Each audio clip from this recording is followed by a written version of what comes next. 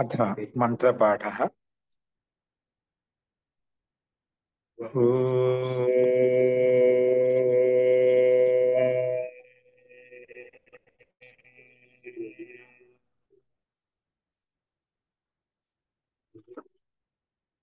सहनाववतु सहनौ भुनक्तु सह वीर्यं करवावहै तेजस्विनावधीतमस्तु मा विद्विषावहै। ओम शांति शांति शांति। నమస్తే మహోదయ. సర్వేభ్యో నమః. అందరికీ నమస్కారం అండి.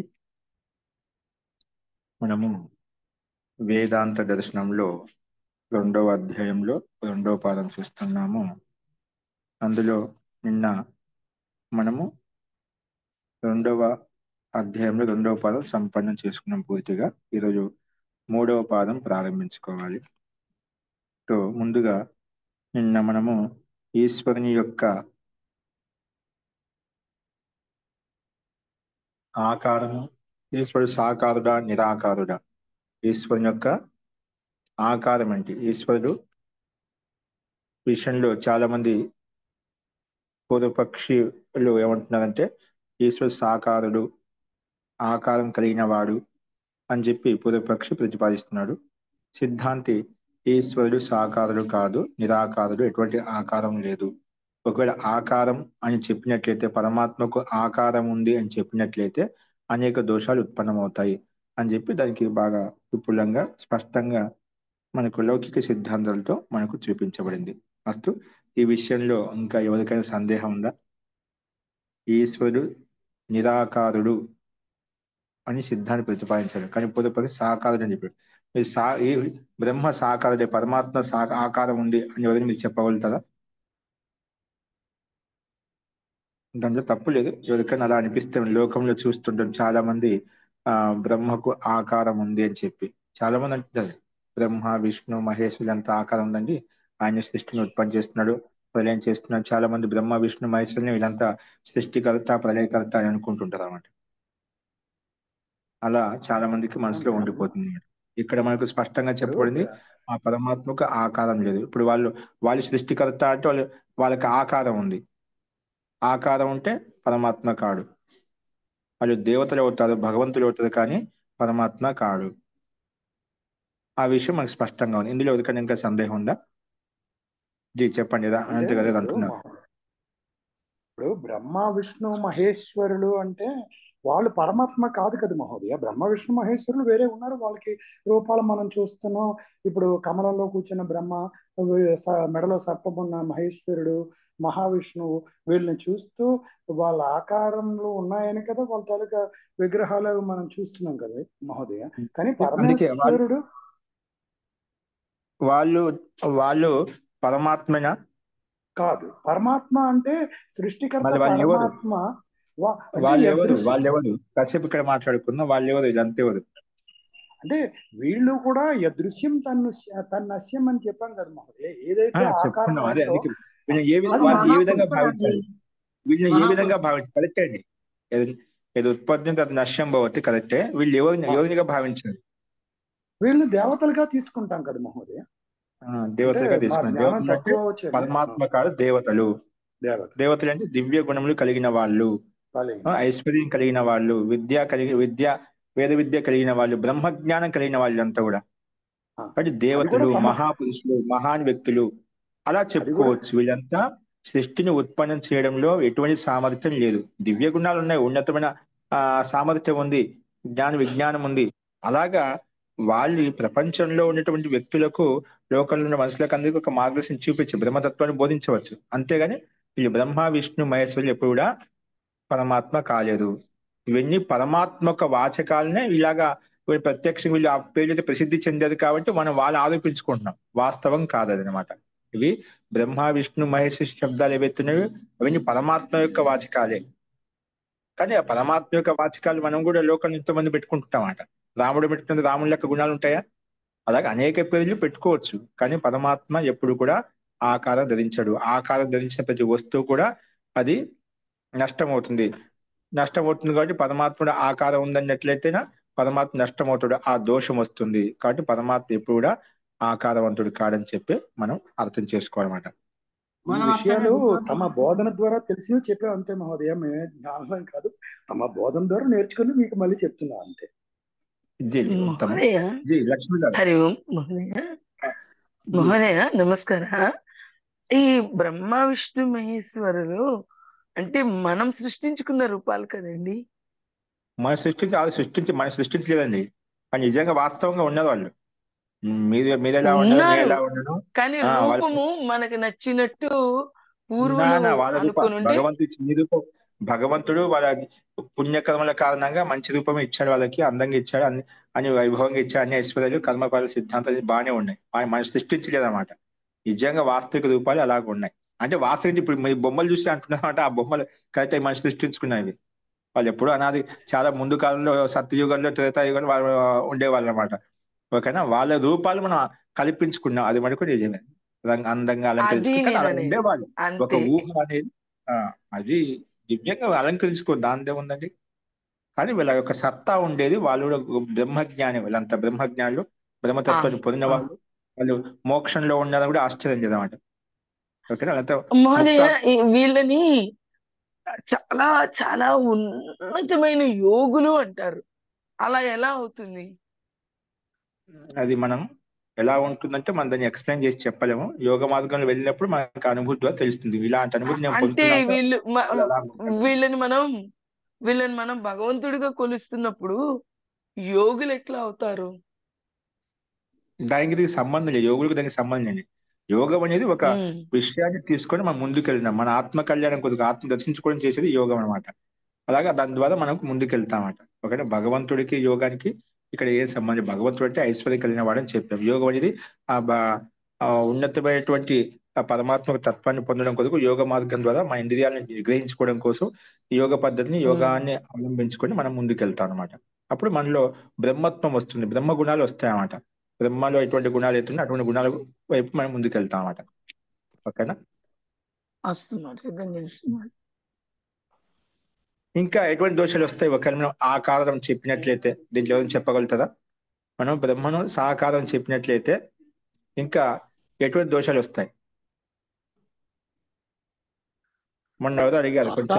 సాకారుడు అంటే మీరు చెప్పారు కదా మహోదయ, మళ్ళీ ఇంద్రియాలు ఇవన్నీ ఉంటే మళ్ళీ మనలాగా భోగాలకి కారణం, భోగాల ద్వారా వెనకతలు వెళ్ళే ఒక జీవి అవుతాడు, కానీ ఆయన ప్రత్యేకంగా ఒక సృష్టికర్త అవ్వలేడు. ఎందుకంటే ఎప్పుడైతే ఆకారం వచ్చిందో, ఇంద్రియాలన్నీ ఉన్నాయో, భోగాలు వెనకతలు వెళ్ళాలి అని మీరు ఎక్స్ప్లెయిన్ చేశారు కదా మహోదయ. ఇంద్రియాలు ఉంటే భోగములకు వెనకాతలో వెళ్ళవలసిందే, ఇంకా దానికి ఇంకో వేరే మార్గం లేదు. ఎంత నిగ్రహించుకున్నా ఎంతో కొంత ఆ చలనం అనేది జరుగుతుంది కదా మహోదయ ఇంద్రియాల ద్వారా. అది జరిగితే దోషం వస్తుంది. అది ఇంద్రియాలు అంటే ఆ ఇంద్రియాల వెనకాతలో వెళ్ళే మనిషి అయితే ఆయన ఇంకా సృష్టి చేయలేడు. ఓకే, ఇది మీ విషయంలో క్లారిటీ ఉంది. పార్వతి గారు అన్నాను, వరలక్ష్మి గారు ఉన్నారండి. ఎవరు నమ్మకం వాళ్ళది. నమ్మకం ఇదే మనకు యథార్థ జ్ఞానం గురించి చెప్పుకుంటాం కాబట్టి విచార సిద్ధాంతం చెప్పుకున్నాం కాబట్టి సిద్ధాంతం క్లారిటీ ఉండాలన్నమాట. ఎందుకంటే చాలా మంది అలా ఉంటున్నారు. మనం వాళ్ళు మంచి గొప్ప పురుషులు, మహాపురుషులు, వాళ్ళ యొక్క సాంగత్యం చేస్తేనే మనం బ్రహ్మతత్వాన్ని పొందాలి. వాళ్ళు మహాను గురువులు అనమాట, మనకు ఋషులు, ఋషిత్వాన్ని పొందిన వాళ్ళు బ్రహ్మతత్వాన్ని పొందవచ్చు. కాబట్టి మనం వారిని యథావిధిగా తెలుసుకోవడానికి ప్రయత్నం చేయాలన్నమాట. అలా యథావిధి తెలుసుకున్నప్పుడు ఏమవుతుందంటే మనం ఏ వస్తువు, ఏ పదార్థం ఎలా ఉందో ఆ పదార్థాన్ని గుణ కర్మ స్వభావాలు తెలుసుకున్నప్పుడు దాన్ని మనం యథార్థం తెలిసి దాన్ని పొందడానికి దానికి తగిన విధంగా పురుషార్థం చేయగలుగుతామట. లేకపోతే మనకి భావనాత్మక అనుకుంటున్నాం, భావనాత్మక అంటే భావన చేత మనకి కడుపు నిండేదన్నమాట. భావన చేత తృప్తి కలగదన్నమాట. భావన ఏ వస్తువు ఎలా ఉందో ఆ వస్తువులు అదే విధమైన భావన ఉండాలన్నమాట. అన్యథా భావన పెట్టకూడదు. అన్యథా భావన ఉంటే దోషయుక్తం అవుతుంది. మహోదయ, నార్మల్ గా ఆత్మలో ఉన్న ఏదైతే నిర్మాణ శక్తి ఉందో దాన్నే బ్రహ్మని, ఏదైతే మనం వినాశ శక్తి ఉందో దాన్నే శివుడు అని, అలా ఆత్మలో ఉన్న భాగాలనే బ్రహ్మ విష్ణు శివుడు అని చెప్పేసి అంటారని అది అంటారు. అది వ్యాఖ్య సత్యమేనా? దానికి సంబంధం లేదు. దాంట్లో అలా వ్యాఖ్యానం చేసుకుని ఏమన్నా దాంట్లో అర్థం ఏముందండి? అది మన ఊరిక సందర్భాన్ని బట్టి ప్రకారం బట్టి విభాగాలు చేసుకోండి. ఆత్మకి విభాగాలు ఉంటాయా? ఆత్మకి విభాగాలు, విభాగాలు శరీరానికి ఉండవు. విభాగాలు ఆత్మలో విభాగాలు అని కాదు నేను అనేది. ఆత్మలో ఆత్మ శరీరము రెండు తయారైన తర్వాత వచ్చిన ఏదైతే మన శక్తి ఉందో ఆ శక్తిని బ్రహ్మ విష్ణు శివుడు అని అంటారని చెప్పేసి. అది దానికి కథనానికి ఏ అర్థం కూడా లేదు. అలా మన జ్ఞానం ఆత్మ ప్రత్యేక జీవులు ప్రత్యేక శరీరంలో ప్రత్యేక ఆత్మ ఒక ఉంటుందన్నమాట. ఎవరి ఆత్మ అనంతంగా ఉన్నాయన్నమాట. కానీ ఆత్మలో పరమాత్మ వ్యాపించి ఉన్నాడు, ఆయన ద్రష్టారూపంలో ఉంటాడు. కానీ ఆ జీవాత్మ కర్మానుగుణంగా శరీరం ధరించిన తర్వాత కర్మానుగుణంగా కర్మలు చేస్తున్నమాట. కొన్ని దివ్యాత్మ పుణ్యాత్మలు ఎవరైతే ఉన్నారో వాళ్ళ జ్ఞాన విజ్ఞానం ఎక్కువగా ఉంటుంది. కానీ దాన్ని అలా ధరించాల్సిన అవసరం లేదు. వాళ్ళకు అనుగుణంగా దాన్ని అలా ప్రతిపాదిస్తారు అంతే. అంటే వస్తుస్థితిని యథార్థమైన స్వరూపాన్ని ప్రతిపాదిస్తారు. ప్రకృతి యొక్క రహస్యాన్ని, జీవాత్మక రహస్యాన్ని వాళ్ళు బ్రహ్మ విష్ణు మహేష్ అని చెప్పి దానికి ఆ పరమాత్మ వాళ్ళు యథార్థ జ్ఞానం కలిగినప్పుడు ఆత్మ ఎవరు ధరించారో మహాన్ పురుషుడు అయితేనా మహాన్ జ్ఞాని అయితేనా దాన్ని ఆ రకంగా బ్రహ్మ యొక్క కార్యం ఇది, విష్ణు యొక్క కార్యం ఇది అంటే ఆ పరమాత్మ యొక్క కార్యం. ఇక్కడ వ్యక్తిని ఆరోపించడం అన్నమాట. ఇప్పుడు ఇప్పుడున్న తథాకథమైన పురాణాలు ఏముందంటే వీళ్ళు ఆ పరమాత్మ వ్యాఖ్యానించకుండా ఈ బ్రహ్మ విష్ణు మహేశ్వరి సృష్టి నిర్మించాలి అలా వ్యాఖ్యానిస్తామట. అది తెలియక. ఓకేనా? అది లేదంటే ఇప్పుడు ఉన్నటువంటి కలి ప్రభావం చేత ఏంటంటే ఆ తెలియదు కాబట్టి కనిపించే వాళ్ళని ఆరాధన చేసుకుని నిమిత్తం చేసుకుని ఆ ముఖ్యమైన తత్వాన్ని ప్రతిపాదించాలి. ఎందుకంటే ఈ చాలా ఈ సమాజంలో మనకేందంటే ఇప్పుడు పరమాత్మక తత్వ విషయంలో పూర్తిగా నాస్తిక్యం వచ్చింది. అంటే ఎందుకంటే మనం సంస్కృతి సంప్రదాయాలు మనం మర్చిపోతున్నాం కాబట్టి, మన సిద్ధాన్ని మర్చిపోయాం కాబట్టి ఎవరు ఆ పరమాత్మ వైపు చేయడం అంటే చాలా మందికి పరమాత్మ అనే నమ్మకం విశ్వాసం కూడా లేదా. అట్లా నాస్తిక ప్రపంచం లేదు. కొంత ఉన్నది భావించినా కూడా ఏమవుతుందంటే ఇప్పుడు తథాగతులను దేవతలను భగవంతులను మనం మత సంప్రదాయాలు తయారైపోయి వెనకబడిన పాపాలు క్షమించడం, పుణ్యాలు ఒకసారి దర్శనం చేసుకుని అనేక పుణ్యాలు వస్తాయి, అనేక కోట్ల ఇవి వస్తాయి, జన్మలు వస్తాయని చెప్పి రకరకాల ఎదురులో చెప్తూ ఉన్నదన్నమాట. అవన్నీ ఈ అంధవిశ్వాసం మూఢనమ్మకాల వల్ల తెలియని వాళ్ళు అలాగా నమ్ముతున్నది, విశ్వసిస్తూ అలాగే వెళ్ళిపోతున్నమాట. వాటి సంగతి కాదు మహోదయ. అంటే బ్రహ్మ ద్వారా స్వర్గస్థాపన, శంకరుని ద్వారా వినాశనం, విష్ణు ద్వారా పరిపాలన శక్తి ఇలా జరుగుతూ ఉంటుంది అని చెప్పేసి ఇవన్నీ ఏం చేయదు. వాళ్ళు లోక కళ్యాణం కొరకు వాళ్ళ దగ్గర జ్ఞాని పంచిపెట్టారు.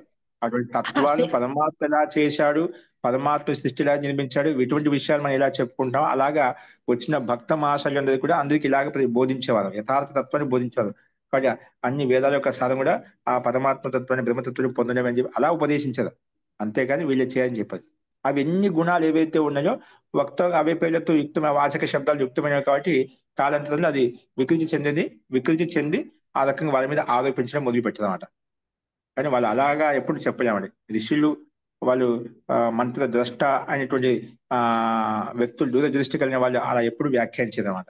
మనము వాళ్ళని అర్థం చేసుకోలేకపోయాం కాబట్టి దాని వ్యాఖ్యాన కాలంలో అది మాదుకుంటూ వికారం చెంది వాళ్ళని ఆ రకంగా ఆరోపించడం మొదలుపెట్టాం. అది వాస్తవిక తత్వం కాదు. ఇప్పుడు మరి బ్రహ్మ విష్ణు మహేశ్వరులు అంటే వాళ్ళు కూడా మనుషులనే, వాళ్ళు కూడా సాధన చేసి పైకి వచ్చిన వాళ్ళు అనే అంతే. మనలాగా సాధన చేసి మనలాంటి మనుషులే వాళ్ళు సాధన చేసి వాళ్ళు ఉన్నతమైన దివ్య గుణాలు పొందారు వాళ్ళు. అంతే బ్రహ్మ విష్ణు మహేశ్వరులు అన్నారు. ఎంత దేవి దేవతలు మనకు ఉన్నారు, పూజిస్తున్నామో వాళ్ళ మహాన్ గొప్ప వ్యక్తులు బ్రహ్మవేత్తలు, బ్రహ్మను సాక్షాత్కారం చేసుకున్న వాళ్ళు అన్నమాట. బ్రహ్మను పొందిన వాళ్ళు. వాళ్ళందరూ ముక్తి మోక్షంలో ఉండాలని కూడా ఆశ్చర్యం లేదు. వాళ్ళంతా కూడా దివ్యమైన లోకాలు ఉండాలంటే మనం చెప్పాల్సిన అవసరం లేదు అక్కడ. అలాగా ముక్తాత్మలు దివ్యమైన లోకాల్లో ఉన్న అనేక లోకాంతలో వాళ్ళు పరిభ్రమిస్తున్నారు. అంటే నీకు క్లారిటీ కోసం అని చెప్పి నేను ఎక్కువగా దీన్ని చేస్తున్నాను. అది మీకు స్పష్టంగా ఉంటే దీంట్లో మీకు ఏమైనా ఆలోచన అని చెప్పొచ్చు. దీంట్లో ఆలోచన చేయడానికి కూడా లేదు, ఎందుకంటే మనకి ఇంత స్పష్టంగా ఉన్నాయన్నమాట. నువ్వు ఆకారవంతుడైన పరమాత్మ అంటే ఇవన్నీ అనేక దోషాలు వస్తాయి. ఆకారవాణి వస్తువు నశిస్తుంది కాబట్టి పరమాత్మ నశిస్తాడు. ఆ పెద్ద దోషం వస్తున్నాడు, అప్పుడు మనం దానికి ఏం సమాధానం చెప్పలేం. అంటే వాళ్ళు ఏం చెప్తారంటే ఏదైతే జ్ఞానాన్ని ఇస్తుందో ఆ జ్ఞానాన్ని ఇచ్చేదే బ్రాహ్మణుడు, అదే బ్రహ్మ. అదే బ్రహ్మతత్వంగా లౌకిక మనం మాట్లాడుకుంటున్నాం కదా పరమాత్మని. బ్రహ్మజ్ఞాని చదివదు ఆ పరమాత్మ జ్ఞానం మనం చెప్పుకుంటున్నాం అట. పరమాత్మ ఆ జ్ఞానం ఇచ్చాడు, వేదంలో అంటే మనకు చెప్పింది. మీరు చెప్పాలి కరెక్ట్. అంటే పోస్ట్ మ్యాన్ లెటర్స్ తెచ్చాడు అనుకోండి, మనం లెటర్ చదువుతాం కానీ పోస్ట్ మ్యాన్ నేను గుర్తుంచుకోం కదా. తెచ్చిచ్చేది పోస్ట్ మ్యానే, అయినప్పటికీ నా లెటర్ సారాంశం చూసుకుంటాం కానీ పోస్ట్ మ్యాన్ మనం ఎప్పుడు జ్ఞాపకం చేసుకోం కదా. అదే విధంగా ఈ బ్రహ్మ శంకర వీళ్ళు అనేవాళ్ళు నీ యొక్క శక్తిని తీసుకొస్తాడు, నువ్వు పరమాత్మనే ధ్యానిస్తూ ఉండాలి అని ఆ విధానంలో వాళ్ళు చెప్తా ఉంటారు. సరే, అది మీకు పోస్ట్ పట్టి చదివేది మనం అన్నట్టుగా ఆ పరమాత్మ మనకి వేదాన్ని ఇచ్చాడు. ఓకేనా, అపోజిషమైంది. ఆ వేదాన్ని మనం ఆ పోస్ట్ చదువుకుంటే పట్టణం చదువుకుంటే ఏదైనా విషయం తెలుస్తుందో అలాగే మన వేదాన్ని తెలుసుకుంటే మన జీవితం ఏంటి, సృష్టి ఏంటి, ఆత్మ అంటే పరమాత్మ అంటే మనకు తెలుస్తాయి అన్నమాట. ఆచార్యజీ నమస్తే. ఆకారధారి అవ్వడం వలన సాధారణ ప్రజల వల్లే సంసార బంధనంలో ఉంటాడు, ఏకదేశి కావాల్సి ఉంటుంది, శరీరానికి వచ్చేటటువంటి రోగాలు బాధలు కూడా అనుభవించాల్సి వస్తది. అంటే ఒక పుట్టినటువంటి మనిషి ఏ విధంగా అయితే కర్తవ్యాన్ని అంటే నియమితంగా నిర్వహిస్తాడో అలాగే నిర్వహించగలడు గాని సృష్టికర్త పాలన పోషణ రక్షణ సర్వవ్యాపకుడై చేయడానికి అవకాశం ఉండదు కనుక ఈశ్వరుడు ఆకారధారి అయితే మనం అనుకున్నటువంటి సృష్టి సంచాలనము సృష్టి ఉత్పత్తి లయం జరగవు. ఆచార్యజీ నమస్తే. ఓకే, ఉత్తమం. అందుకే ఇక్కడ సూత్రం ఇచ్చారు కరణవచ్చేత్ నా, అలా కూడా కాదంటే పరమాత్మకు ఆకారం ఉందంటే ఆకారం అంటే మన కళ్ళు చేతులు కాళ్ళు ఇవన్నీ ముక్కు మన ఇంద్రియాలు అయితే మనకు అవయవాలు ఏవైతే ఉన్నాయో అలాగని ధరించాలి. ఇవన్నీ ధరించిన ప్రత్యేక ఆత్మ చేసిన భోగాలు అనిపిస్తాయి, అంటే మనం భోగాలు మనం అనుభవిస్తున్నాం అట. అలాంటి భోగాలను అనుభవించేటువంటి స్థితి పరమాత్మ కూడా వస్తున్నామట. ఆ భోగాలు వచ్చిన అనుభవిస్తున్నా అంటే రోగాలు వియోగాలు ఇవన్నీ మనకు చూస్తున్నామట, అవన్నీ దోషాలు వచ్చేస్తాయి.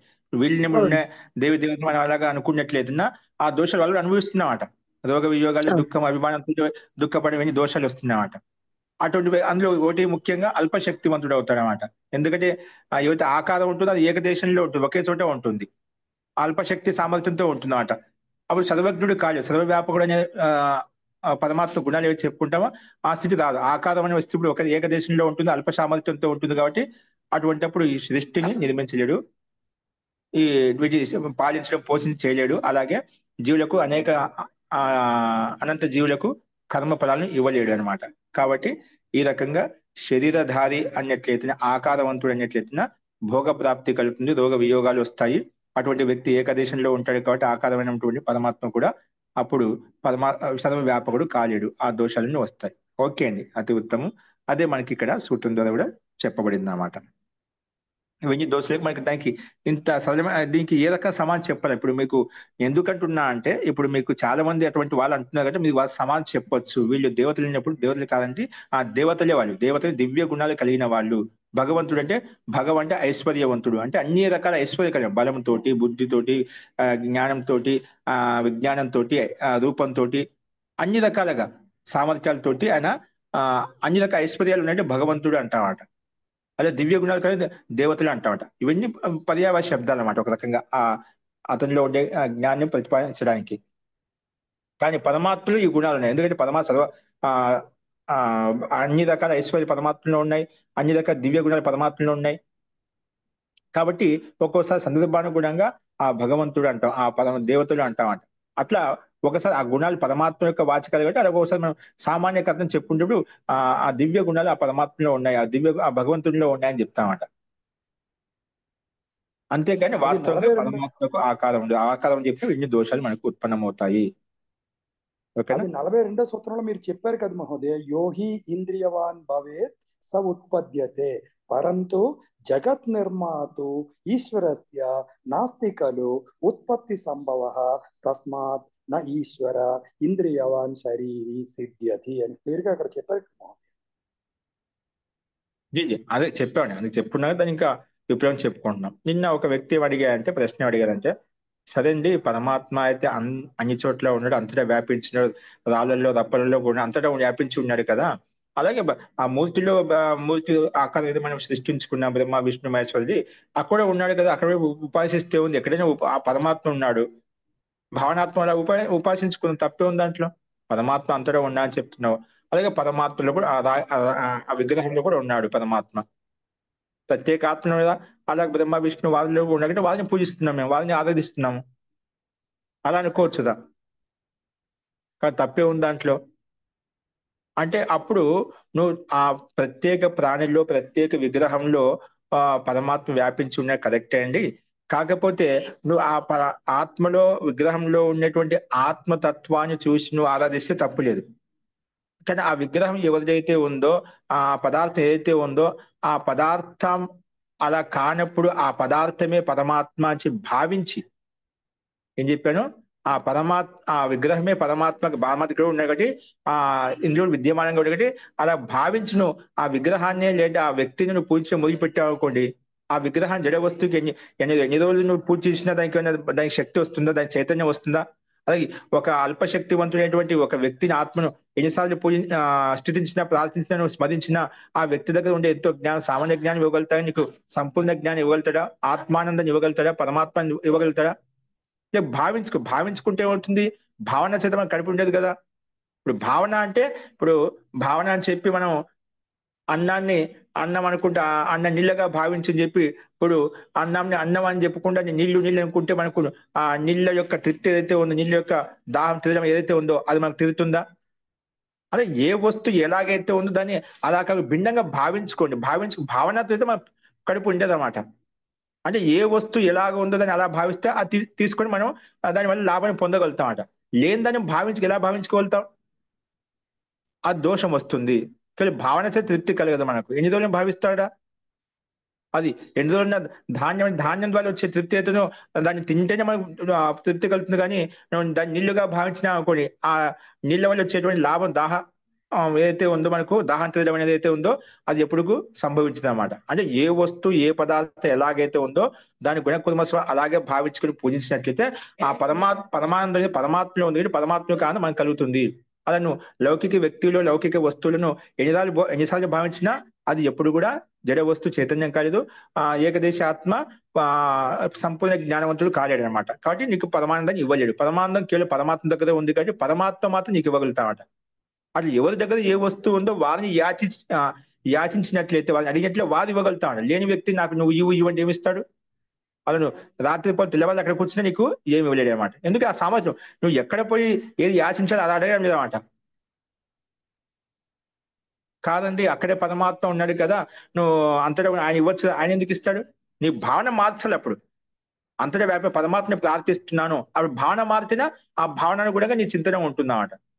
భావనాత్మకమైన భావనలు ఏముంటుందండి? కేవలం భావన చేత కేవలం లేని వస్తువును ఉంది అనుకుంటే అది ఎప్పుడు కూడా అది విద్యమానం కాదు. విద్యమానంగా వస్తుంది కాదనేంత మాత్రాన అది విద్యమానం కాకుండా పోదు. ఏ వస్తువు ఎలా ఉందో దాన్ని అలాగే ఉంటుందన్నమాట. అందుకే భావన ఎలా ఉంటే యథార్థంగా ఉండాలి. ఏ వస్తువులో ఏ పదార్థంలో ఏ గుణాలు ఉంటాయో ఆ గుణాలు అందులో ఆరోపించుకొని భావించుకొని చూసినట్లయితే దాని యొక్క లాభాన్ని పొందగలుగుతామట. అందుకే యథార్థమైన గుణకర్మ స్వభావం తెలుసుకోవాలనేది ఇందుకోసం అనమాట. అందుకే మన శబ్ద పదమాలు చెప్తుంది, మనకి వేదమంత్రం చెప్తుంది అకాయం అవదనం అస్నామి. పరమాత్మ ఎక్కువ కాయం ఉండదు చెప్పి మొన్న ఎవరో ఒక యూట్యూబ్ లో పెట్టారండి. అకాయం అనే దానికి అవదనం ఈ మంత్రానికి ఇంత స్పష్టంగా ఉన్న దానికి దీనికి ఆ పరమాత్మ అర్థంలో దానికి కాయ లేనివాడు అని చెప్పిన దానికి ఆ పరమాత్మను పొందాలి, పరమాత్మ ఈ కాయ రూపంలో ఉన్నాడు, శరీర రూపంలో ఉన్నాడు, ఆ పరమాత్మను పొందవచ్చు అని చెప్పి దానికి అర్థాన్ని అనర్థంగా చెప్పేసి భిన్నంగా ప్రతిపాదించాడు అనమాట. అంటే దాని ఆకారవంతం చెప్పి ప్రతిపాదించాడు. దీన్ని స్పష్టం అకాయం అని చెప్పి. అంటే ఇవన్నీ సంస్కృత పదం తెలియకపోవడం వల్ల, దాని యొక్క భావం తెలియకపోవడం వల్ల, ఏంటంటే ఒక పరంపర మొదలైంది మనం ఆ పరమాత్మ నిరాకారం చెప్పామనుకోండి, ఇప్పుడునే ఎన్నైతే విగ్రహాలు ఉన్నాయో, గుళ్ళు గోపురాలు ఉన్నాయో వీటి మీద ఆపత్తి వచ్చి పడుతుంది అన్నమాట. అందుకే మనం నిజాలు చెప్పలేకుండా కొన్ని నిజాలు చెప్పాలి. ఎందుకంటే కాల ప్రభావం చేత అవన్నీ వచ్చేసేవాడు. ఇప్పుడు ఆ కథాఖండికి మనం ఏం చెప్పలేము అనమాట. సరే ఇప్పుడు సామాన్యమైన యథాకథితమైనటువంటి వ్యక్తులు ఏవైతే భగవంతుడు పూజిస్తున్నారో వాళ్ళని పోల్చుకుని మన మహాన్ వ్యక్తులు దివ్య గుణములు కలిగిన మహాపురుషులు ఏవైతున్నారో కనీసం వాళ్ళని పూజించుకొని సత్కరించుకోవడం ముఖ్యం కాదని చెప్పి మనం కొంతమంది ఖండించలేకుండా, అంటే వాళ్ళని ఆ యొక్క పరమాత్మలో ఉండేటువంటి గుణాలను కూడా ఈ వ్యక్తులు మహాన్ వ్యక్తులు మనం ఆరోపించి చెప్తున్నామట. పరమాత్మ నిరాకారుడు చూపించలేమట. అలా దివ్య గుణాలు ఇట్లా ఉన్నాయి, పరమాత్మలో ఏ గుణాలు ఉంటాయి అవన్నీ గుణాలు ఇల్లు ఉన్నాయని చెప్పి వాళ్ళని ఆరోపించి చెప్తున్నామట. డైరెక్ట్ గా చెప్పేసాం అనుకోండి, అవి ఏం లేదని చెప్తే వాళ్ళకు సామాన్య వ్యక్తులకు అవన్నీ ఇంకా నాస్తిక్యం ఎక్కువ అవుతున్నారు. అలా కాల ప్రభావం చేత కొంచెం ఏమి చేయకుండా ఉండడం కంటే ఏదో చేస్తే మంచిది, భయం ఉండే భక్తి ఉండాలని చెప్పి ఆ రకంగా మనం ఒకవైపు తిప్పారనమాట. అది కాల ప్రభావం చేత అలాగా బుద్ధివంతులు జ్ఞానవంతులు ఏదో ఒక రకంగా ఉండని, లేకపోతే అటు ఇటు కాకుండా పోతుంది, నాస్తికుడు అవుతుంది, ఇంకా భిన్న భిన్న అధర్మ అన్యాయాలు చేసేసి ఇంకా పాపానికి లోన్ అవుతుందని చెప్పి ఏదో ఒక రకంగా మన ధర్మంలో ఉండటానికి వాళ్ళు ఆ రకంగా కొంచెం వికారం ఉత్పత్తి చేసి ఆ వికారం అతి వికారంగా మారిపోయింది అనమాట. అందుకే సత్యమే చెప్పాలి. ఇప్పుడు అది కొంచెం ఏదో తాత్కాలిక ఉపాయం కోసం చేసినైతే ఆ తాత్కాలిక ఉపాయం ఏదో ఒక రోజు నీకు నష్టపరుస్తుంది, నాశనం చేసేస్తుంది అనమాట. ఇప్పుడు అదే అంధవిశ్వాసాలు ఎక్కువైపోయాయి అనమాట, మూఢనమ్మకాలు ఎక్కువైపోయాయి అనమాట. అస్తు. అందుకే ఏ వస్తువు ఏ పదార్థంలో ఏ గుణ కర్మస్ వలన ఆ పదార్థాన్ని ఆ వ్యక్తిని ఆ ఆత్మను అలాగే తీసుకున్నట్లయితే మనకు దాని యొక్క లాభాన్ని పొందవచ్చును. అస్తు. కాబట్టి ఈ రకంగా మనకు ఏ రకంగా తీసుకున్నా ఆకారం అనే పదార్థము మనకు శక్తివంతం కాలేదు, సర్వవ్యాపకత్వం పొందలేదు ఆకారం అనే పదార్థము, అలాగే సృష్టి నిర్మించలేదు. కాబట్టి ఆత్మ అంటే పరమాత్మ నిరాకారుడు. నిరాకారుడు అయినప్పుడే అంతటా వ్యాపించగలుగుతాడు. సాకారమైన పదార్థం అంటే అంతటా వ్యాపించే అల్పశక్తివత్త అనేది దోషం వస్తుంది అని చెప్పి చెప్పుకున్నాం. అలాగే భోగాపత్తి కూడా వస్తుంది, ఇవన్నీ దోషాలు వస్తాయి. అప్పుడు మనకు అది ఏ రకం కూడా సంభవించదన్నమాట. ఇటువంటి మనం యథార్థంగా చూపించినట్లయితే సామాన్యంలో కూడా నిదానంగా అర్థమవుతుంది.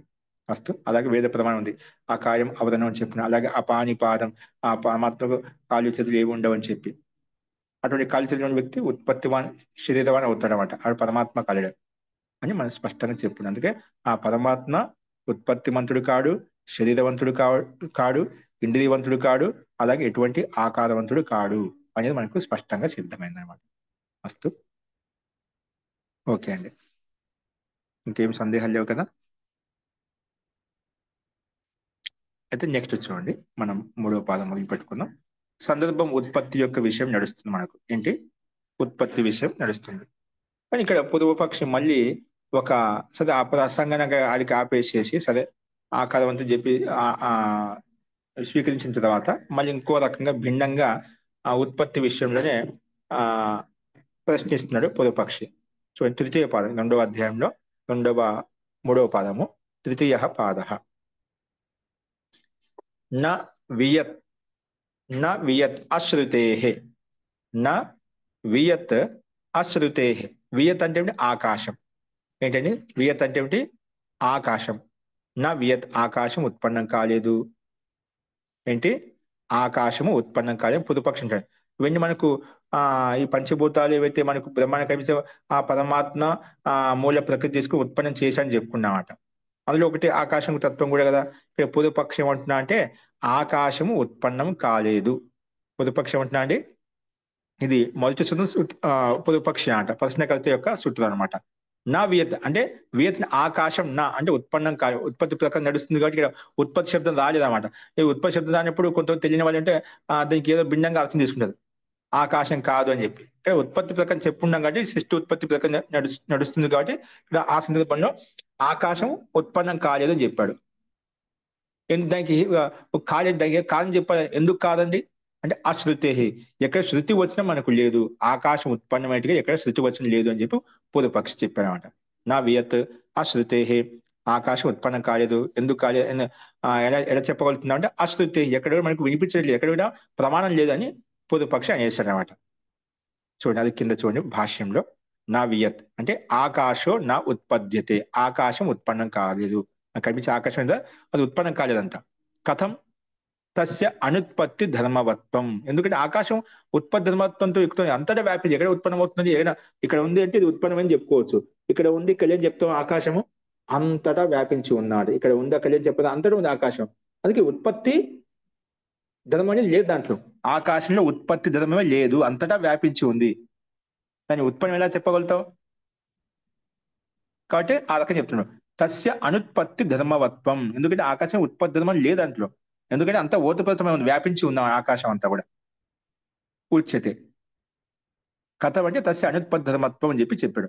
ఉచ్యతే ఎందుకంటే అశ్రుతే. ఇంకోటి ఏం చెప్తున్నా అంటే శృతేర్ అభావ. శృతి అంటే వేదవచనం, వేదానికుల గ్రంథాలు కానీ ప్రమాణభూతమైనటువంటి వచనం ఎక్కడ కూడా లేదు. శృతే అభావాత్ అంటే ఉత్పత్తి ప్రకరణే తస్య శృతి శ్రవణం నా విద్యతే.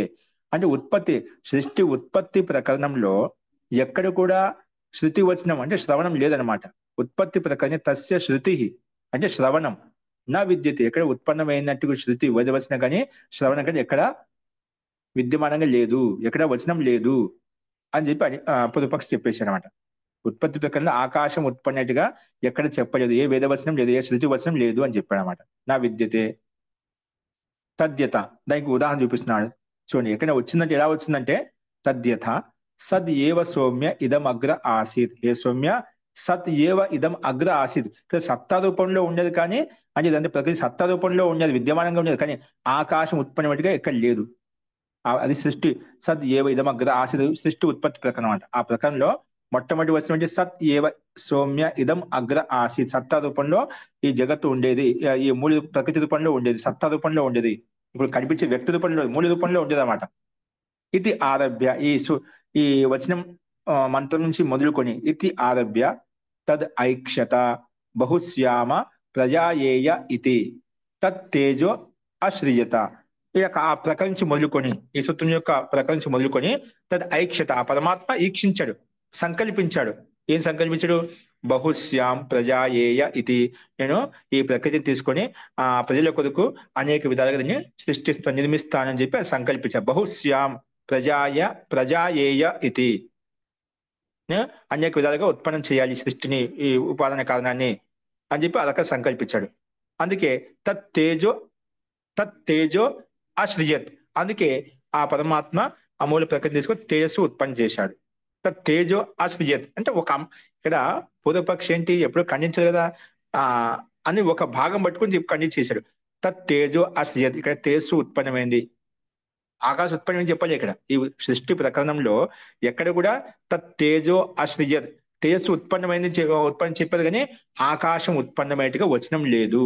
చూడండి పైన 6:2:1 సదేవ స్వామి ఇదమగ్ర ఆసీత్, దాని కిందనే 6:2 3వ సూత్రం అంటే ఇది 3వ మంత్రం అనమాట. అక్కడ ఈ 3 మంత్రాలు ఎక్కడ కూడా ఆకాశం ఉత్పన్నమైనట్టుగా ఎక్కడ మనకు ఇవ్వలేదు అనమాట, కనిపించి విద్యమానంగా లేదనమాట. తేజో అశ్రియత, తేజస్సు ఉత్పన్నమైన చెప్తున్నా కానీ ఆకాశం ఉత్పన్నమైనట్టుగా మనకు వచనం లేదు అని పూర్వపక్షి ఈ రకంగా తన ప్రమాణాన్ని ప్రకటించాడు. ఒక భాగాన్ని పట్టుకొని మొత్తం చూపించకుండా అప్పుడు ఎందుకు ఇప్పుడు గుర్తుపోయింది, మనకు చాలా మంది మనకు పొరపాటు చేస్తుంటామని, ఎప్పుడన్నా ఏదైనా ఒక విషయం చెప్పాను వెనక ముందు ఆలోచన త్వరగా వెనక ఖండించేస్తుంటామట. కానీ ముందు ఖండించడానికి ముందు ఆ పూర్వపక్షి సిద్ధాంతాన్ని గట్టిగా ప్రబలంగా చూపించి మనం దాన్ని ఖండించవచ్చామట. అందుకే మనం దాన్ని ఒకసారి ముందు వెనకబడి ఖండించకుండా అక్కడ ఏ వ్యక్తి ఏ సందర్భాలు చెప్పారని చెప్పి చూపించామట. అది ఎక్కడ వచ్చిందో చూపించమని చెప్పినా అనుకోండి, అప్పుడు సంపూర్ణ వచనం చెప్పినా స్పష్టంగా అర్థమవుతుందన్నమాట. ఎందుకు సిద్ధాంతాన్ని కప్పి ఎన్ని రకాలుగా వికారాలు ఉత్పత్తి చేసినా, దాన్ని మాయ చేసినా దాన్ని మూలతత్వాన్ని ఎవరు ఆపలేదు, దాన్ని మూలతత్వాన్ని దాయలేదనమాట. అది ఎట్లయినా తర్క వ్యతిరేకం పురుకొని చూసుకున్నా కూడా అది ఏ రకంగా సిద్ధింపు చేసుకునే అనమాట. యథార్థానికి సత్తా ఉంటుంది కానీ ఆ యథార్థానికి సత్తా ఎప్పటికూ ఉండదు అనమాట. అందుకే తథాకథితమైనటువంటి క్రిస్టియన్స్ కావచ్చు, ముస్లిమ్స్ కావచ్చు, కొంతమంది అటువంటి పండితులు, పాఖండి పండితులు కావచ్చు, ఏం చేస్తున్నా అంటే చూడు వేదం ఇలా ఉంది, పురాణంలో ఇలా ఉంది అని చెప్పి ఒక అంశాన్ని పట్టుకొని ఇలా చెప్పబడింది చెప్పి అనేకంగా భ్రమితం చేస్తున్నమాట. మంత్రం చెప్పేసి ఇక్కడ ఈ అధ్యాయంలో ఎన్నో మండలంలో ఎన్నో సూక్తంలో ఎన్నో మంత్రం అని చెప్పి అలాగే చెప్తుంది. దాన్ని ఒక ముక్క పట్టుకుంటుంది, ఆ ఒక్క అంశాన్ని పట్టుకొని దీంట్లో ఇది ఇలా ఉంది అని చెప్పి పొదుపక్షిగా చెప్పినట్టుగా అలాగా ఒక పక్షం ఏకదేశం చూపిస్తామట, మన వేదాన్ని తప్పుల్లో చూపిస్తామట. అలాగే భగవద్గీతలో కావచ్చు, ఇంకేదైనా కావచ్చు, అలాగా అనేక రకాల మతావలంబులు ఏవైతే ఉన్నదో అలాగే మనకు మన సంస్కృతి, మన సంప్రదాయాలు ఏవైతే ఉన్నాయో, మన వేదాల విరుద్ధమైనటువంటి కథనాలను ఇలాగా దోషయుక్తంగా చూపిస్తున్నామట. అది వాటిని మనం గమనించామట. అది వాళ్ళు ఎక్కడే మాట్లాడినా ఏదో ఒక దేశం అంటే ఒక ముక్క శ్లోకం యొక్క ఒక భాగాన్ని పట్టుకొని ఖండిస్తూ ఉంటుంది అన్నమాట. అది మనం గమనించాలి. అందుకే కూడా పొదుపక్షం అంటే ఒక భాగం పట్టుకుని తేజో అశ్రియత, ఒక తేజస్సు ఉత్పన్నమైనగా ఉంది కానీ సృష్టి ఆకాశం ఉత్పన్నమైనట్టుగా ఎక్కడ లేదు. ఇది ఉక్తం నాహి అత్ర ఆకాశస్య ఉత్పత్తి శృతి. ఇక్కడ ఈ 2 మంత్రాలు ఇలా ఉన్నాయి కానీ ఇక్కడ ఎక్కడ ఈ రకం చెప్పబడింది కానీ నాహి అత్ర ఆకాశస్య ఉత్పత్తి శృతి, ఇక్కడ ఆకాశం ఉత్పన్నమైనట్టుగా ఎక్కడ శృతి లేదు అంటే వచనం లేదు. యది ఆకాశో అపి ఉత్పద్యేత అవశ్యం తస్యాపి నామోల్లేఖః స్యాత్. ఇది ఆకాశో అపి ఉత్పద్యేత, ఒకవేళ ఆకాశం ఉత్పన్నమైనట్లయితేనా అవశ్యం తస్యాపి నామోల్లేఖః స్యాత్, నామం ఉండాల్సింది కదా. ఇప్పుడు తేజో అశ్రియత్ అలాగే ఆకాశ అశ్రియత్, ఆకాశం ఉత్పన్నం కూడా ఏదైనా వచనం ఉండాలి కదా, కానీ ఉత్పన్నం కాలేదు కాబట్టి ఇక్కడ వచనం కూడా లేదు, ఉల్లేఖనం కూడా ఉల్లేఖించలేదు. అందుకే ఇది ఆకాశోపి ఉత్పద్యేత అవశ్యం తస్యాపి నామోల్లేఖ స్యాత్. నామోల్లేఖం అంటే ఉల్లేఖించబడాల్సింది, కానీ లేదు అన్నమాట అని చెప్పి ఆకాశం ఉత్పన్నం కాలేదు. ఇది పూర్వపక్ష చెప్పాడు. ఓకేనా? అట్లా పూర్వపక్ష యొక్క ముందు ప్రశ్న అర్థం చేసుకుని, పూర్వపక్ష యొక్క మూల సిద్ధాంతం అంటే ఇక్కడ ఆకాశము ఉత్పన్నం కాలేదు, ఎందుకంటే ఎక్కడ వేదవచనం లేదు అని చెప్పి ఇది ఈ రకంగా తన అభిప్రాయాన్ని వ్యక్తం చేశాడు. ఇప్పుడు సిద్ధాంతి సమాధానకర్త ఏం చెప్తున్నాడంటే, ప్రశ్నించాడు కదా సమయం, అథ ఉత్తర పక్ష, దాన్ని అథోత్తర పక్ష. ఉత్తరపక్షి సిద్ధాంతం ఏమంటున్నా అంటే, సమాధానకర్త ఏమంటే అస్థితు, ఎందుకు లేదంటే నువ్వు శృతి వచనం లేదంటున్నావు. అస్థి ఉంది, ఎందుకు లేదు? అస్థితు ఉంది కదా, లేదంటావు అన్నమాట. ఎక్కడుంది చూడు, చూపిస్తాను. అస్థితు విద్యతేతు ఖలు ఆకాశస్య ఉత్పత్తి ప్రదర్శిక శృతి. ఆకాశం ఉత్పన్నమైంది అని వచనం మనకు శృతిలో ఉంది, స్పష్టంగా ఉంది. నువ్వు లేదంటున్నావు, ఏదో ఒక దేశం పట్టుకున్నాడు అని చెప్పావు. ఉత్పత్తి లేదని చెప్పి తేజస్సు ఉత్పన్నమైందంటే ఆకాశం ఉత్పన్నమైనట్టుగా ఆ వచనం చెప్పడం లేదు, కానీ ఆ వచనం కూడా శృతిలోనే ఉంది. విద్యతే విద్యమానంగా ఉంది. ఏంటి? విద్యతే ఖలు ఆకాశస్య ఉత్పత్తి ప్రదర్శిక శృతి. ఉత్పన్నమైంది అని చెప్పడంలో ఒక శృతి వచనం కూడా ఉంది. ఎక్కడుంది అంటే, తద్యత సత్యం జ్ఞానం అనంతం బ్రహ్మ. ఆ పరమాత్మ సత్యస్వరూపుడు, జ్ఞానస్వరూపుడు, అనంత శక్తి సామర్థ్యం కలిగిన వాడు ఆ బ్రహ్మ అని చెప్పి ఇక్కడ సత్యం జ్ఞానం అనంతం బ్రహ్మ అని చెప్పి ఆ బ్రహ్మలో ఉండే గుణాన్ని ఈ రకంగా మనం ప్రతిపాదించుకున్నామట. ఇది బ్రహ్మాత్మనం ప్రకృత్య తత్రైవ వచనే. అదే ప్రకారంలో తైత్తిరీయోపనిషత్తు వచనంలో తత్రైవ అంటే ఈ ప్రకారం సత్యం జ్ఞానం అనంతం బ్రహ్మ అని ఎక్కడైతే తైత్తిరీయోపనిషత్తుకు వచనం చెప్పుకున్నామో, ఇది బ్రహ్మాత్మానం ప్రకృత్య తత్రైవ అంటే అది లక్ష్యంగా పెట్టుకుని ఉద్దేశించి తత్రైవ వచనే, అక్కడే వచనంలో తతో బ్రహ్మాత్మన, అటువంటి సత్యస్వరూపుడి జ్ఞానస్వరూపుడి అనంత శక్తి సామర్థ్యం ఆ బ్రహ్మ నుండి, సత్యస్వరూపుడైనటువంటి జ్ఞానస్వరూపుడైనటువంటి అనంత శక్తి సామర్థ్యుడైనటువంటి ఆ బ్రహ్మ నుండి, అందుకే తతో బ్రహ్మాత్మన, అటువంటి బ్రహ్మ నుండి బ్రహ్మాత్మ సకాశాత్, ఆ పరమాత్మ నుంచి బ్రహ్మాత్మ నుంచి ఖలు ఆకాశస్య ఉత్పత్తి ప్రదర్శితే. ఆకాశస్య ఉత్పత్తి ప్రదర్శితే. సత్య జ్ఞాన అనంత స్వరూపుడైన బ్రహ్మ నుంచి ఆకాశం ఉత్పన్నమైంది అనే ప్రదర్శన వచనం మనకు ఇక్కడ విద్యమానంగా ఉంది. ఎక్కడుందంటే తస్మాద్వా ఏతస్మాత్ ఆత్మనః ఆకాశః సంభూత.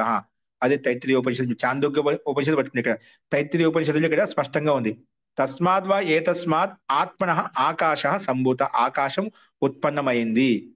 ఇక్కడ స్పష్టంగా మనకు శృతి వచనం, వేద వచనం మనకు కనిపిస్తుంది. నువ్వు లేదంటున్నావు అంటే సత్య జ్ఞాన అనంత స్వరూపుడైన బ్రహ్మ నుంచే ఈ ఆకాశం ఉత్పన్నమైంది. అంటే ఆకాశాన్ని పరమాత్మ ఉత్పన్నం చేశాడు, మూల ప్రకృతి నుంచి ఆకాశం కూడా ఉత్పన్నం చేశాడని చెప్పి ఈ తైత్తిరీయోపనిషత్తుకు వచనాన్ని స్పష్టంగా సిద్ధాంతి చూపించాడట. ఉదపక్ష చూపించాడు లేదని చెప్పి, లేదంటున్నా ఇక్కడ ఉందని చెప్పి చూపించాడు అన్నమాట. అప్పుడు మళ్ళీ పునః పూర్వపక్షత్వన ప్రతివర్తి, దానికి ప్రమాణం చూపించాడు సిద్ధాంతి, మళ్ళీ ఖండిస్తున్నాడు పూర్వపక్షి. ప్రశ్నకర్త మళ్ళీ ఏం మాట్లాడుతున్నా అంటే, పునః పూర్వపక్షత్వన ప్రతివర్తి, మళ్ళీ ప్రతివాదిస్తున్నాడు. గౌణీ అసంభవాత్. ఏంటి గౌణి? ఇది గౌణమైందండి, అప్రధానమైంది, నిజమైనది కాదు, యథార్థం కాదు, యథార్థ వచనం కాదు. ఇది సామాన్య చెప్పుకున్నాం అంతే, యథార్థకరణం కాదు.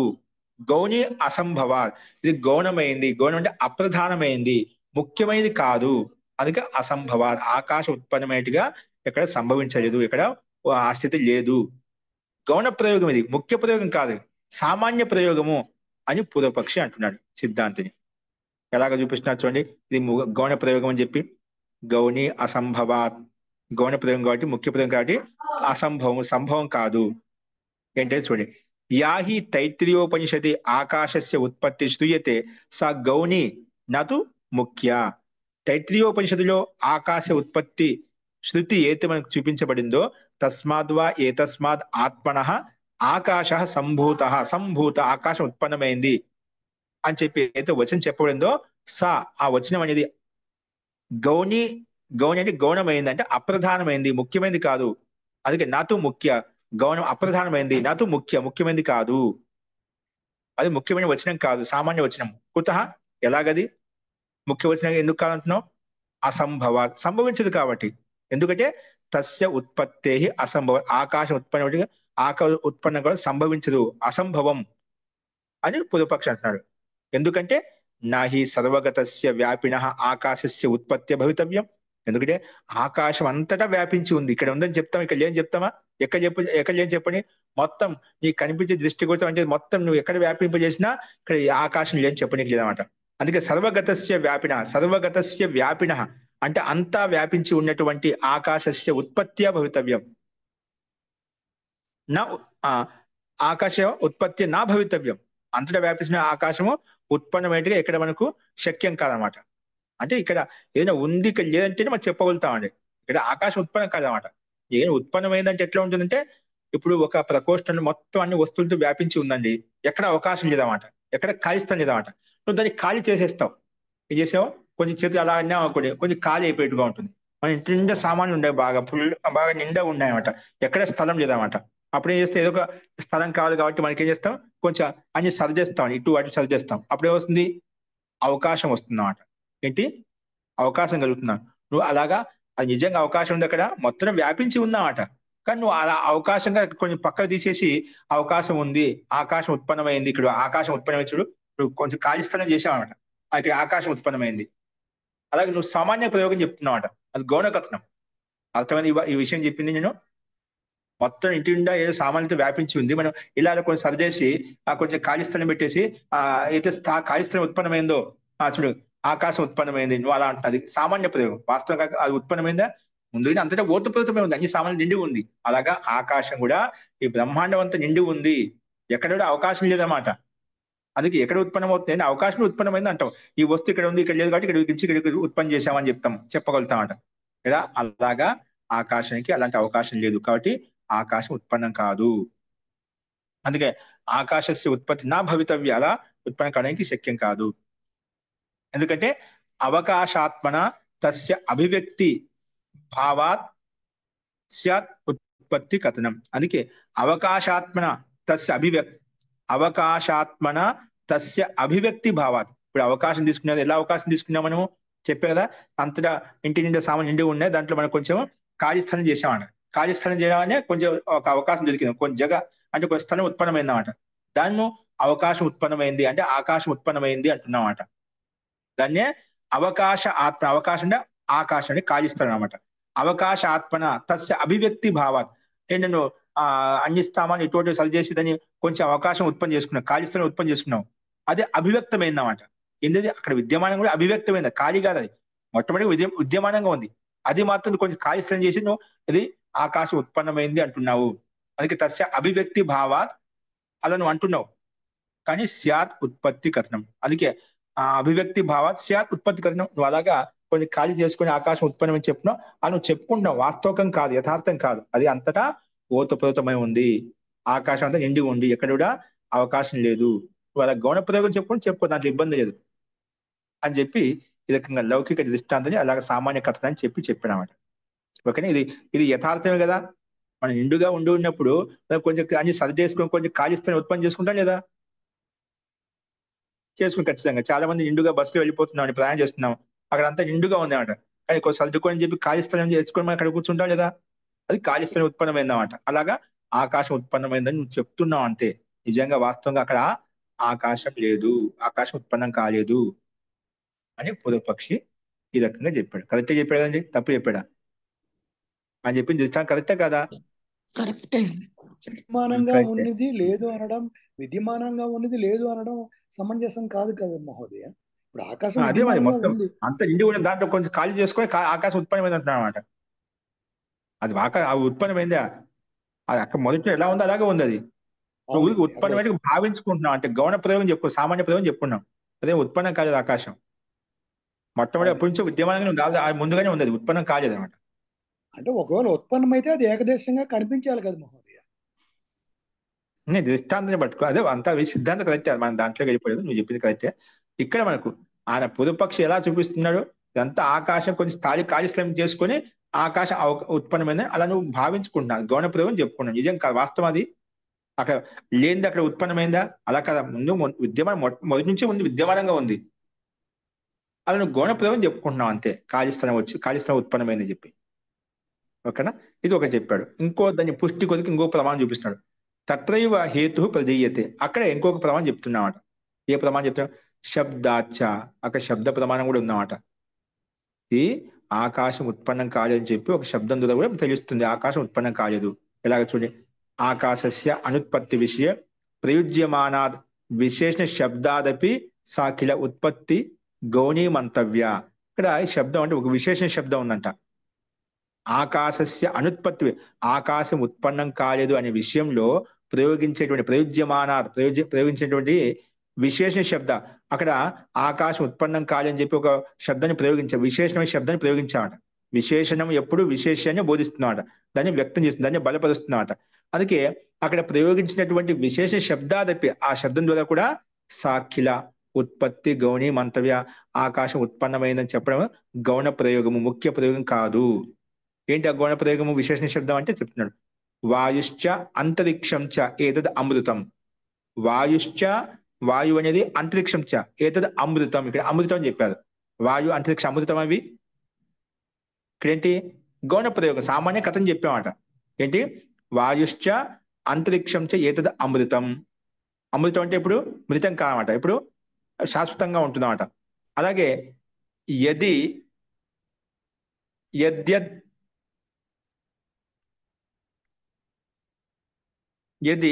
ఉత్పత్తి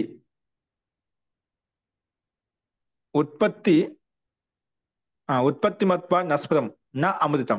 ఇక్కడ యద్యద్ ఉత్పత్తి మత్ తత్తద్ నస్పదం నా అమృతం. ఏదో వస్తువు ఉత్పన్నమైందంటున్నావు అది తత్తద్ నస్పదం అవుతుందన్నమాట. యద్యద్ ఉత్పత్తి మత్ తత్తద్ నస్పదం నా అమృతం అంటే ఏదో వస్తువు ఉత్పన్నమవుతుందో అది నస్పదం అవుతుంది, నష్టం అవుతుంది. నా అమృతం అంటే శాశ్వతంగా ఉండదు. ఇది ఆకాశ ఉత్పత్తి మాన్స్యార్, ఒకవేళ ఆకాశ ఉత్పన్నమైన అనుకునేట్టు చెప్పిన ప్రకారంగా కదా నా అమృత శబ్దేన విశేష్యతే, అప్పుడు అమృత శబ్దం విశేషించకూడదు కదా, అమృత శబ్దం ద్వారా విశేషించకూడదు. నా అమృత శబ్దేన విశేష్యతే, అమృతం అంటే శాశ్వతం నిరంతరంగా ఉంటుంది అన్నమాట. కానీ ఇక్కడ వాయుశ్చ అంతరిక్షం చ ఏదైతే అమృతం అని చెప్పి గౌణ ప్రయోగం అన్నమాట. నిజంగా వాయు ఉత్పన్నమైందా, అంతరిక్షం ఉత్పన్నమైంది కదా, అలాగే నష్టం అవుతాయి, ఏదో ఉత్పన్నమైంది నష్టం అవుతాయి అన్నమాట. కానీ ఇక్కడ అమృతం అని విశేషం చెప్పారు. వాయుశ్చ అంతరిక్షం ఏతద్ అమృతం, అమృత శబ్దం చెప్పామంటే శాశ్వతంగా ఉంటుంది, అమృతంగా ఉంటుంది, వాయువు నిత్యంగా ఉంటుంది, అంతరిక్షం నిత్యంగా ఉంటుంది చెప్పి అమృత శబ్దాన్ని విశేషంగా చెప్పామట. అది గౌణ ప్రయోగం, నిత్యం కాదు. ఎందుకంటే మనకు సిద్ధాంతం తెలిసామట, ఏ వస్తువు ఉత్పన్నమవుతుందో నష్టం అవుతుంది. యద్యద్ ఉత్పత్తిమత్ తత్తత్ నస్వరం నా అమృతం అని చెప్పి సిద్ధాంతం తెలిసామట. అలాగే గౌణ ప్రయోగం చేసేదో ఎలాగో అలాగే ఇక్కడ కూడా గౌణ ప్రయోగం అర్థం చేసుకోవాలి. నిజంగా ఆకాశం ఉత్పన్నం కాలేదు. అందుకే ఇది ఆకాశ ఉత్పత్తి మాన్స్య, ఒకవేళ ఆకాశం ఉత్పన్నమైనట్లే, ఆకాశం ఉత్పన్నమైనట్లయితేనా తదా నా అమృత శబ్దేన విశేష్యత. ఇక్కడ సూత్రంలో ఏతద అమృతం అని చెప్పి బృహదారణ్యక వచనం ఏదైతే ఉందో విశేషణ శబ్దన నా అమృత శబ్దేన విశేష్యత, అమృత శబ్దం ద్వారా విశేషించే వాళ్ళు కాదు. ఏవం శబ్ద కలు తస్య ఉత్పత్తి మత్వం ప్రతిషేధత. అందుకే శబ్దం అనేది విశేషణ శబ్దం అయితే ఉందో అమృతం అని చెప్పి అది ఉత్పత్తి మత్వాన్ని ఖండిస్తుంది. అది గౌణ ప్రయోగం, సామాన్య ప్రయోగం, యథార్థం కాదు. అతోహి తైత్తిరీయ ప్రదర్శిత కిల ఉత్పత్తి ఆకాశస్య గౌణీ మంతవ్య. నువ్వు తైత్తిరీయోపనిషత్తు వచనం చెప్పారా, తస్మాద్వా ఏ తస్మాత్ ఆత్మ ఆకాశ సంభూత అనేది అది గౌణ ప్రయోగము, సామాన్య ప్రయోగము, అది యథార్థం కాదు. ఏ విధంగా అయితే విశేషణ శబ్దం అమృత శబ్దం ఏ విధంగా ప్రయోగించదో అలాగే అది గౌణ ప్రయోగము, ముఖ్యమైన ప్రయోగం కాదని చెప్పి అమృత శబ్దాన్ని విశేషణ శబ్దాన్ని తీసుకొని కూడా పూర్వపక్షి ఖండించడానికి ప్రయత్నం చేశామన్నమాట. కాబట్టి ఈ శబ్దం గౌణ ప్రయోగం ఎలా ఉపయోగించారో అక్కడ గౌణ ప్రయోగం, ముఖ్య ప్రయోగం కాదు, సామాన్య ప్రయోగం అని చెప్పి ఈ వచనం ద్వారా అక్కడ దాన్ని వచనం కూడా ముఖ్య ప్రయోగం కాదని చెప్పి నిరూపిస్తున్నాడు సిద్ధాంతి. ఆయన ఇచ్చిన ప్రమాణానికి ఇంకో ప్రమాణం చూపించి చూడు గౌణ ప్రయోగం ఇచ్చారు, అది కూడా అలాగే తీసుకోవాలి, గౌణ ప్రయోగం ముఖ్య ప్రయోగం కాదు అని చెప్పాడు అన్నమాట.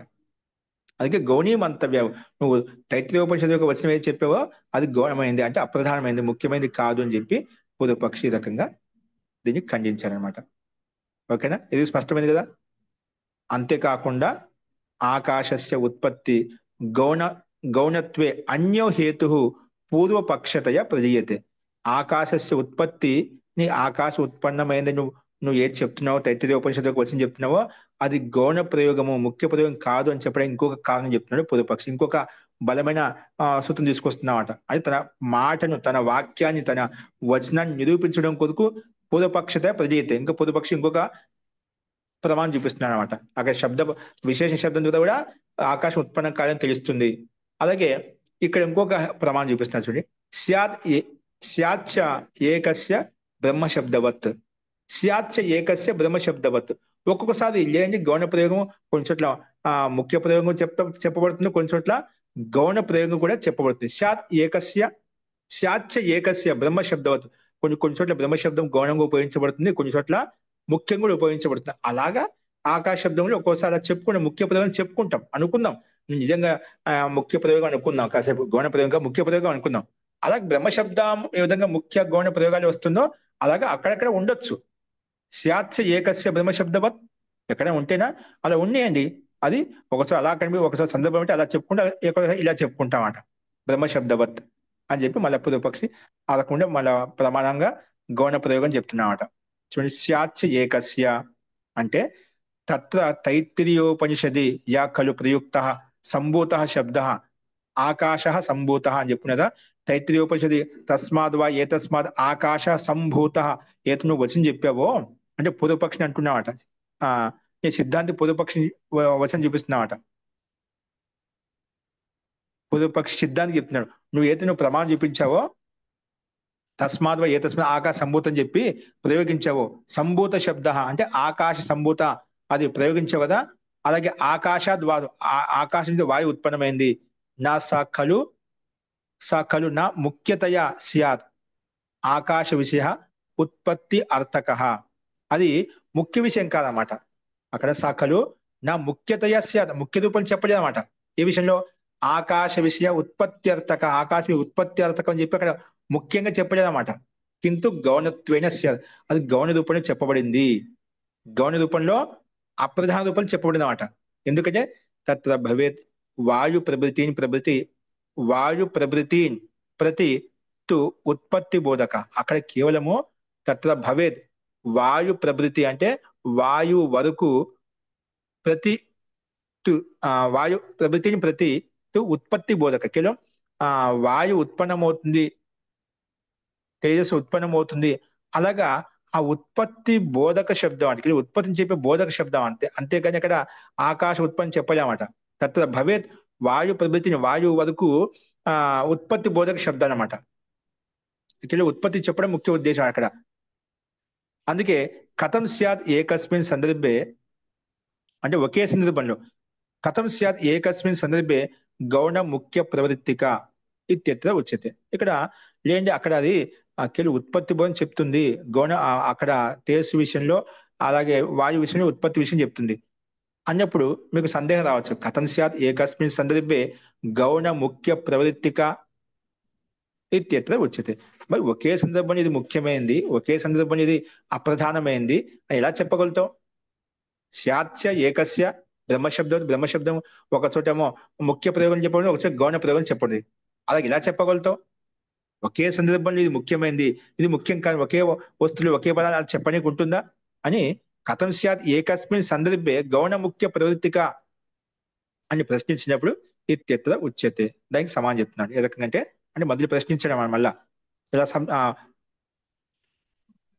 సిద్ధాంతి పూర్వపక్షి అడిగాడు, మరి ఒకే సందర్భంలో గౌణ ప్రయోగం ముఖ్య ఎలాగ ఉంటుంది?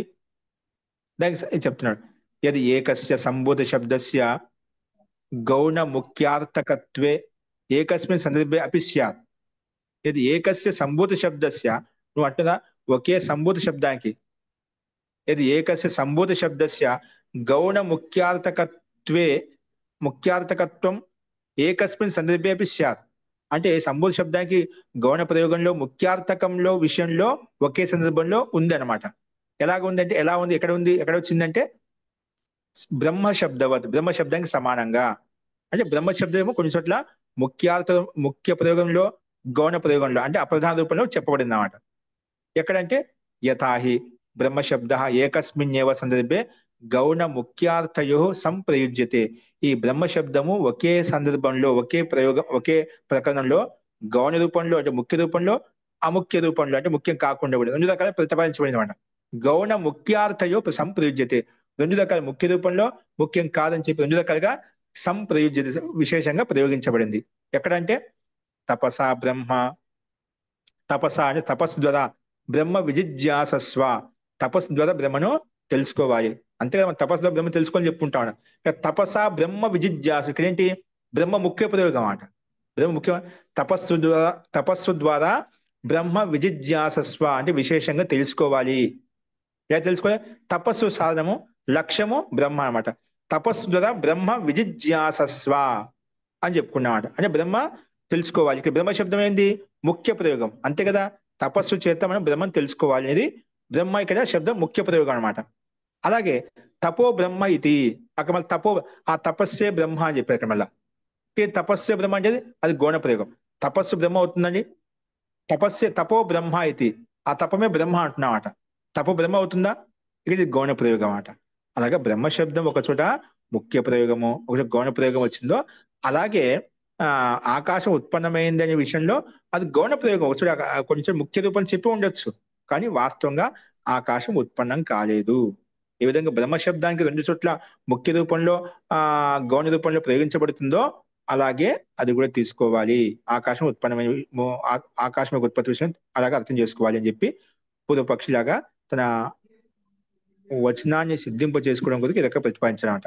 అందుకే అట్లా ఏకస్మిన్ సందర్భే అపి ఏకస్య బ్రహ్మశబ్దస్య గౌణ ముఖ్యార్థత్వం స్పష్టం విద్యతే. ఇక్కడ తపసా బ్రహ్మ విజిజ్ఞాసస్వ తపో బ్రహ్మ ఇది, ఇక్కడ బ్రహ్మశబ్దం ముఖ్య రూపంలో గౌణ రూపంలో ఈ విధంగా ప్రతిపాదించబడిందో ఇక్కడ ఒకే సందర్భం ఒకే వాక్యంలో. అందుకే అత ఏకస్మిన్ సందర్భే అపి ఏకస్య బ్రహ్మశబ్దస్య, ఒకే బ్రహ్మశబ్దానికి గౌణ ముఖ్యార్థత్వం స్పష్టం విద్య, గౌణ రూపంలో ముఖ్యార్థ స్పష్టంగా మనకు ప్రతిపాదించబడింది. తత్ర పూర్వభాగే ముఖ్యార్థక, ఉత్తర భాగే గౌణార్థక, గౌణ రూపంలో చెప్పండి. అంటే ముఖ్యార్థక అంటే ప్రయోగంలో తపసా బ్రహ్మ విజిజ్ఞాసస్వ ఈ పూర్వ ప్రయోగంలో వచ్చినటువంటి పూర్వ వాక్యంలో వచ్చినటువంటి బ్రహ్మ శబ్దము ముఖ్యార్థకము. తపో బ్రహ్మ ఇది 2వ వాక్యం, ఇది 2వ వాక్యంలో ఉత్తర వాక్యం అన్నది. ఇక్కడ బ్రహ్మ శబ్దము గౌణ వాచకం అంటే ముఖ్యమైనది కాదు. అందుకే ఇక్కడ స్పష్టంగా ఉందన్నమాట. అందుకే పూర్వ భాగే ముఖ్యార్థక, ఉత్తర భాగే గౌణార్థక, అది గౌణ ప్రయోగము. తద్వత్ అలాగే తత్రాపి సంభూత శబ్దం సూత్ర తస్మాద్వా తస్మాద్వా ఆకాశ సంభూత శబ్దం వచ్చింది కదా, అక్కడ ఉత్పన్నమైంది. అక్కడ తత్రాపి సంభూత శబ్దం గౌణ ముఖ్యార్థ అభిదాయకో మంతవ్య. అందుకే అక్కడ ఉత్పన్నమైన శబ్దం అయితే ఉందో అది గౌణ ప్రయోగం. ఇక్కడ ఏ విధంగా బ్రహ్మశబ్దం గౌణంగా ముఖ్య రూపంలో అప్రధాన రూపంలో వచ్చిందో అలాగే సంభూత శబ్దం గౌణ ముఖ్యార్థ అభిదాయకో మంతవ్య, గౌణ ప్రయోగం అని చెప్పి అర్థం చేసుకోవాలి. అందుకే ఆకాశాన్వితో గౌణార్థకో అన్యత్ర వాయు ప్రభృతిషు ముఖ్యార్థతయ యోజనీయ. అందుకే ఆకాశాన్విత అంటే ఆకాశంతో యుక్తమైనటువంటి గౌణార్థకమైనటువంటి గౌణ ప్రయోగాలు, గౌణ వచనాలు అంట. అంటే ముఖ్యమని కాకుండా గౌణార్థకో అన్యత్ర అంటే ఆకాశం కాకుండా అన్యత్ర వేరే చోట వాయు ప్రభృతిషు అంటే తేజస్సు, జలము, నీరు, ఇవన్నీ జలము, తేజస్ అలాగే అన్ని భూతాలు ఏవైతే ఉన్నాయో అవన్నీ కూడా ముఖ్యార్థ రూపంలో ఉన్నాయి. అందుకే గౌణార్థకో అన్యత్ర, ఈ గౌణార్థక అంటే అన్యత్ర వేరే చోట వాయు ప్రభృతి వాయువు వరకు ముఖ్యార్థతయ యోజన ముఖ్యార్థ రూపంలో మనం తీసుకోవాలి. ఇవి మాత్రం ముఖ్యము, కానీ ఇవన్నీ గౌణ ప్రయోగాలు. అందుకే ఆకాశాన్వితో గౌణార్థక, ఆకాశాన్వితంతో యుక్తమైంది గౌణార్థకము. అన్యత్ర మిగతా అన్ని చోట్ల మాత్రము వాయు ప్రభృతి అంటే పృథివీ, జలము, అగ్ని ఇవన్నీ ఏవైతే ఉన్నాయో అవి ముఖ్యార్థకంలో ప్రయోగించుకోవాలి. వాయు ప్రభృతిషు ముఖ్యార్థతయ యోజనీయ. ఎందుకంటే అగ్ని ఎక్కడ ఉందని ఏకదేశంలో ఉందన్నమాట, అది ఉత్పన్నం కాదు. ఆకాశం విధంగా అంతా వ్యాపించి ఉందా, అలాగా అగ్ని వ్యాపించి ఉందా, జలం అంతా వ్యాపించి ఉందా, ఓకేనా. అలా అందుకే ఇక్కడ ఏం చెప్పా అంటే కేవలం ఏం తీసుకొని చెప్పారు, వాయు ప్రభృతిషు, వాయు శబ్దం తీసుకున్నా, వాయు తేజస్సు అని చెప్పి వాయు ప్రభృతిషు ముఖ్యార్థతయ యోజనీయ, ముఖ్య రూపంలో తీసుకోవాలి. కానీ ఆకాశం అయితే ఉత్పన్నం కాలేదు. సంభూత శబ్దానికి గౌణ ప్రయోగం తీసుకోవాలి. కొన్ని చోట్ల బ్రహ్మ శబ్దానికి సమానంగా మనకు అది ముఖ్య ప్రయోగంలో గౌణ ప్రయోగంలో కూడా ఉపయోగించుకోవచ్చు. అలాగా నువ్వు ఉపయోగించవు, కానీ వాస్తవంగా ఆకాశం ఉత్పన్నమైనట్టుగా ఎక్కలేదు. ఇక్కడ ఆకాశం ఉత్పన్నమైన శబ్దం అయితే ఉంది గౌణ ప్రయోగం తీసుకోవాలి, ముఖ్య ప్రయోగం కాదు అని చెప్పి మొత్తానికి ఆకాశతత్వం అనేది ఉత్పన్నం కాలేదు అని ఈ రకంగా ఈ 5వ సూత్రంలో కూడా పూర్వపక్షి తన అభిప్రాయాన్ని వ్యక్తం చేసుకున్నాడు. ఇప్పుడు అథ సర్వం సమాధత్తే. ఇప్పుడు ఈ పూర్వపక్షి చెప్పినటువంటి ప్రశ్నలకన్నిటికీ సమాధానం మనకు తర్వాత 6వ సూత్రం ద్వారా ఇవ్వబడుతుంది. అదేంటో మనం రేపు చూద్దాం. ఓకే, మీకు స్పష్టమైంది కదా? మొత్తం అంతా ఏం చెప్పుకున్నాడు? తన మాటను సిద్ధింప చేసుకోవడం కొరకు ఆకాశం ఉత్పన్నం కాలేదు. ఆకాశం ఉత్పన్నం అవుతుందని ఏది నువ్వు అంటున్నావో అది గౌణ ప్రయోగము, ముఖ్య ప్రయోగం కాదు. ఏంటి విశేషించడం కూడా స్పష్టంగా అవుతుంది ముఖ్య ప్రయోగం గౌణ ప్రయోగం అని చెప్పి. నువ్వు ఎక్కడైనా ఆకాశ ఉత్పత్తి విషయంలో మనకు ప్రయోగం ఉందంటావా? అది ఉందంటే ముఖ్య ప్రయోగము. అది కూడా స్యాత్ ఏకస్య బ్రహ్మశబ్దం. అక్కడెక్కడైనా ముఖ్య ప్రయోగం నేను చెప్పింటే అది అది బ్రహ్మశబ్దానికి సంబంధించి అక్కడెక్కడ చెప్పుకోవచ్చు, అంతేగాని కూడా వాస్తవం కాదు. ఈ విధంగా బ్రహ్మశబ్దం అక్కడ ముఖ్య ప్రయోగ రూపంలో వచ్చింది, గౌణ ప్రయోగంలో వచ్చింది, అలాగే శబ్దం అక్కడెక్కడ ఉండొచ్చు. కాబట్టి మొత్తానికైతే ఈ సంబోధ శబ్దము ఇది ఉత్పత్తి వాచకం కాదు, అంటే ఆకాశం ఉత్పన్నం కాలేదు అనేది మొత్తానికి ప్రతిపాదించాడు పూర్వపక్షి అనమాట. ఫస్ట్ ఈ రకంగా సమాధానం చెప్పుకున్నాం, ప్రశ్నించుకున్నాము పూర్వపక్షి యొక్క అభిప్రాయాన్ని. ఇప్పుడు దానికి సమాధానం సిద్ధాంతం ఏ రకంగా చెప్తాడు, ఆకాశం ఉత్పన్నమైంది అని చెప్పడానికి దానికి అనేక ప్రమాణాలు చూపిస్తాడు, అదే చెప్పుకున్నాం. పూర్వపక్షి ఏ రకంగా పెట్టుకుంటూ ఆకాశం మీద అంతటా వ్యాపించింది కాబట్టి ఉత్పన్నం కావడానికి అవకాశమే లేదు అని అది అబిందు పట్టుకున్నామట. ఏదో అంతటా వ్యాపించి అది ఉత్పన్నం కాలేదు కదా, దాన్ని పట్టుకొని ఖండించామట. దానికి ఏ రకంగా సమాధానం చెప్తానే రేపు చూద్దామని. మస్తు ఇప్పుడు చెప్పిన వాటి సందేహం ఉందా? స్పష్టమైంది కదా విషయము? అవును మహోదయ, స్పష్టమైంది. ఓకే అండి, అయితే మంత్రపాఠ.